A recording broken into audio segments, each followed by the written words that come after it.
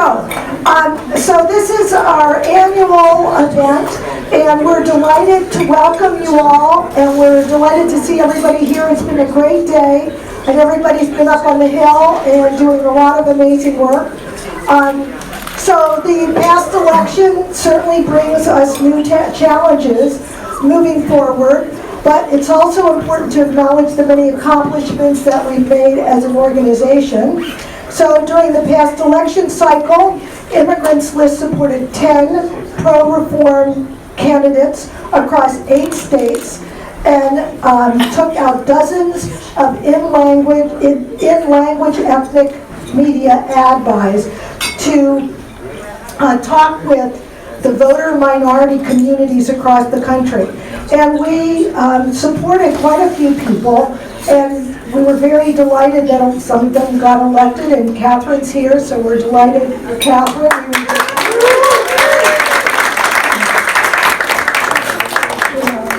And so we're here today to bestow the Michael Maggio Award, our annual award given to a member of Congress who has and continues to use their platform to effect change for immigrant families that they represent. And so it's named of Michael. So any of you who knew Michael, you know how exciting this is. And for you who didn't know Michael, let me just tell you a little bit about Michael. He was bigger than life. He was an amazing attorney. He took on incredibly difficult cases.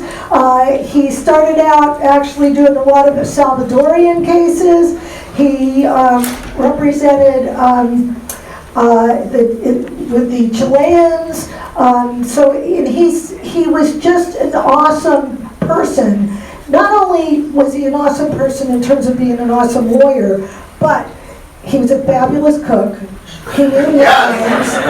Many of his meals. He knew wines. You know, he was a great girlfriend because he could just hang with the girls like nobody could. And, you know, so it really gives us who knew him well, you know, a great pleasure in being able to honor him each year and really honor his memory. Michael once said, immigrants are the best thing about this country. And I think that he really got it right.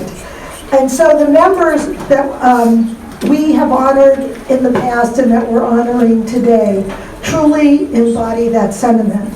So I want to thank you all for coming, and I want to introduce Stan Walker, who's going to introduce our honorees. So Stan, please come join me. Yeah. And I want you to know, Stan is a Republican. You're a bipartisan group. You have to have one token Republican. That's not necessarily. So I'm fairly new to Immigrants List. I think this is my second Maggio Awards. Unfortunately, I never got to know Michael Maggio, who was before my time.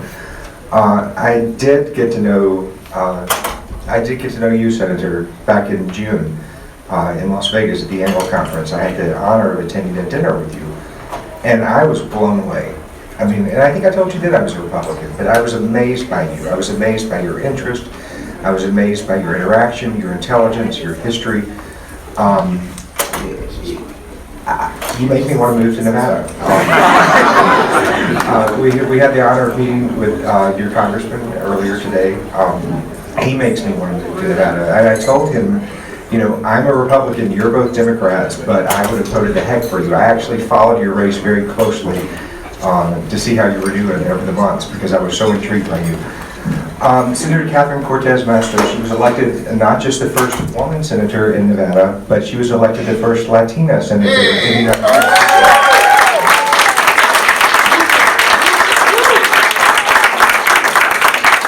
She is the daughter of a Mexican, granddaughter of a Mexican immigrant. You fought so long for immigrant rights.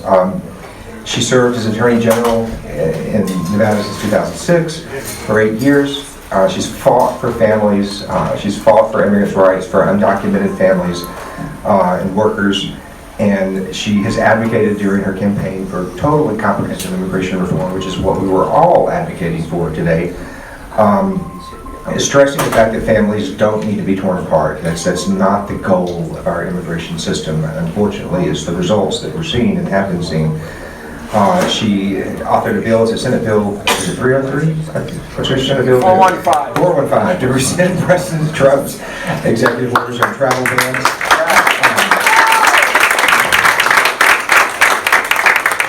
She was born in Las Vegas, lifetime Nevadan, member of 6 Senate committees. I think one of the interesting things that you've been doing is hosting these, what do they call it?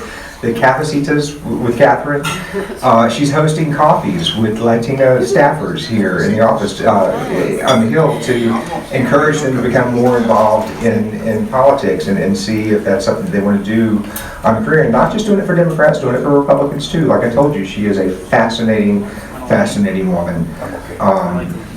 She's going to be something over the years, and for all of the work that she has done so far in her career, as well as the bright future that she has, Immigrants List is proud to award her the Maggio Award. So, Senator. Yeah! Hold on. Go. Thank you to all of you. I would not be here without your support, Immigrants List, and so I cannot thank you enough. Because of your support, because of the outpouring, we literally turned Nevada blue from the top of the ticket to my race, to the 2 congressional that you just heard about, to our state legislatures, both houses split.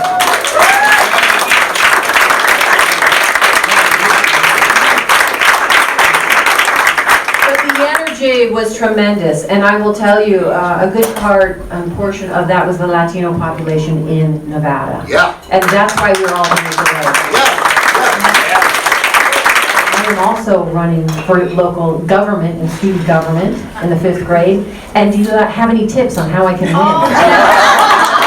I said, this is a girl I've got to meet. So I invited her to her reception. She came with her mother. She was incredible. She came with a clipboard, all the questions she wanted to ask. We sat down, we talked, and then the final thing she said to me, she said, I want you to know I was born in the United States, but my mother wasn't.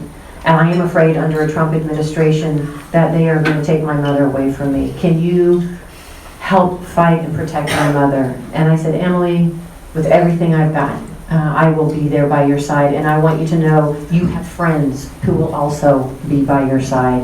And that's what I see in this room today. Because you have the similar stories that I see and still here today. I open the paper and I get a call yesterday from Reno, Nevada. We have a gentleman who has lived in the community for years. He's undocumented, and he made the mistake of rolling through a stoplight and getting a traffic violation, and now they're going to deport him. And he is seeking sanctuary in a church.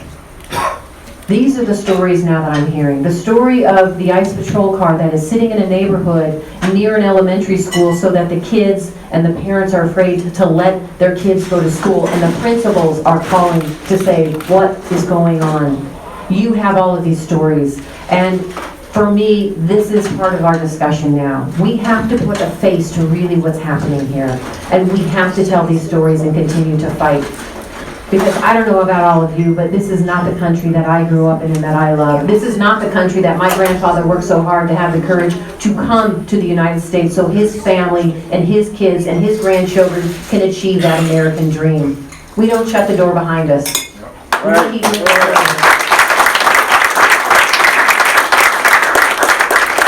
And I'm not going to let that happen under my watch.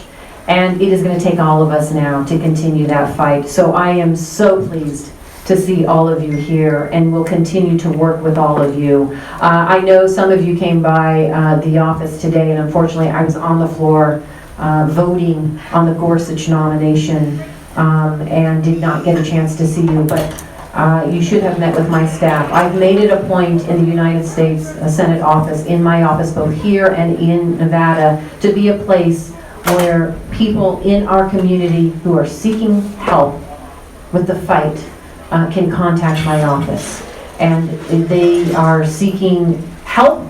We have caseworkers, bilingual, that are there working with them. We are in turn, and I am in turn, I want to tell you, and we can talk offline, had conversations with Homeland Security, have had conversations at the federal level with my colleagues who are going to continue to push back.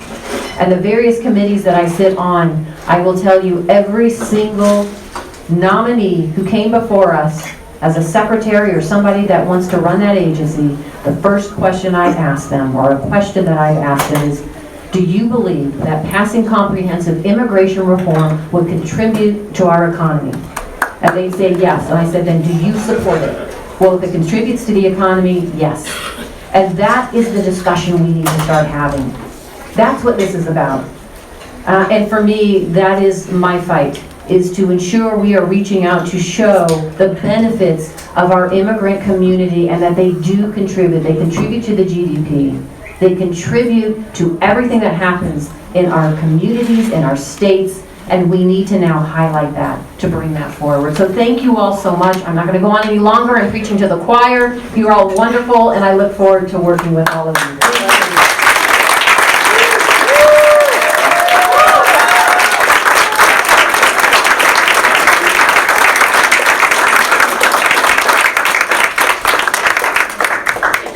Thank you very much,